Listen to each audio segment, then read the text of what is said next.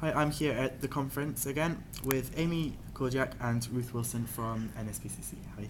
Hi there. Just asking you, what are your jobs within the NSPCC?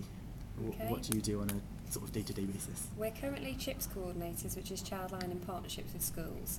And basically what we do is I cover the north of Wales, half of it, and Ruth covers the south. And we work with a team of volunteers and we deliver outreach awareness sessions, peer support training, playground pals training and anti-bullying initiatives within schools, support schools with that. Okay, and why are you here today? What have you just talked about in your workshop? Well, we were running a workshop around sexual bullying and why it's not a rite of passage, why it shouldn't happen to young people and why it doesn't really have a place in modern schools. Could you elaborate? Yeah, we also looked at kind of exploring that, so working with a definition, why it's so important for schools to have their own individual definition, why it's important for the young people or children to be involved in that so they take ownership, so that there are consequences that they know about. We also looked at kind of myths and facts, but we didn't get a chance to cover that in detail.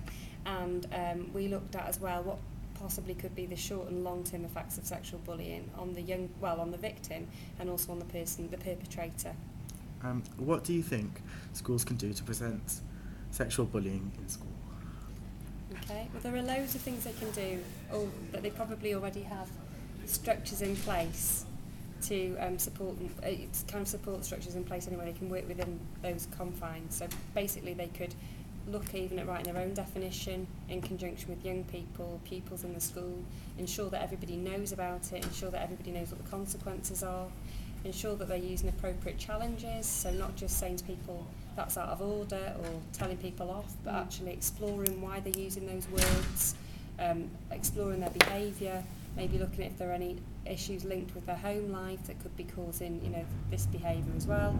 They could be using peer support schemes like peer mentors. They could be having assemblies, awareness raising assemblies. I think one of the biggest things that we hear at Childline is that young people find it hard to know who to approach about it, especially if they've had the message that it's their own fault or that it's a normal part of life and things like that. So if something happens, having easy avenues to go to so that they can tell somebody what's happened, why they're upset or angry about it. At Childline, people call us because they don't know who else to go to quite a lot of the time, or they want to practice what to say to the right person when they go. And one of the best things that schools can do is set up the kind of system so that people can talk to someone about it, so that something can be done either discreetly or very directly.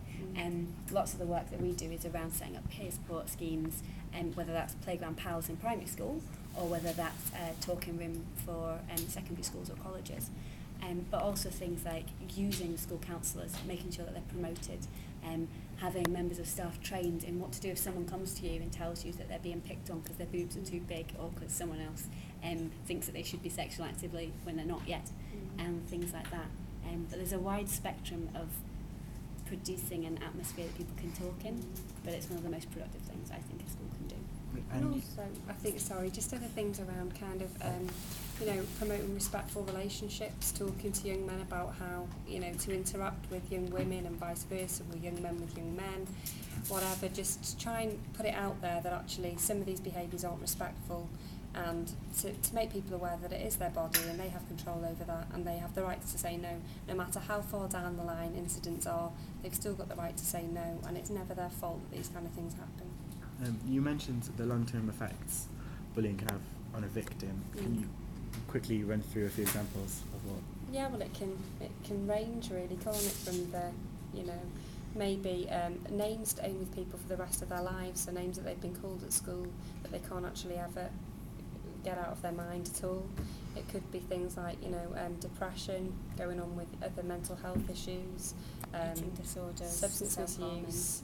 Varies really. It could be that person then goes on to be a victim later on in life, or that they think that that's something they should tolerate, that form of abuse.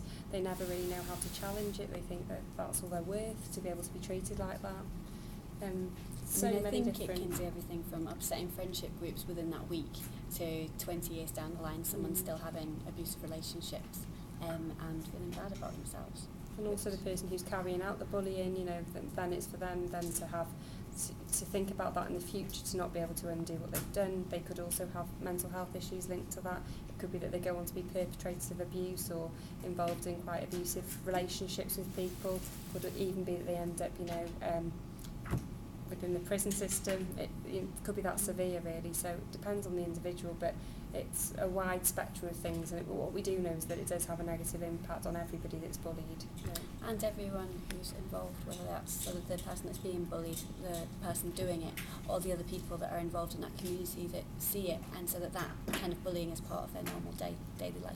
And allow it to happen, and then kind of look back on situations and think, I wish I would have said more, I wish I would have done something.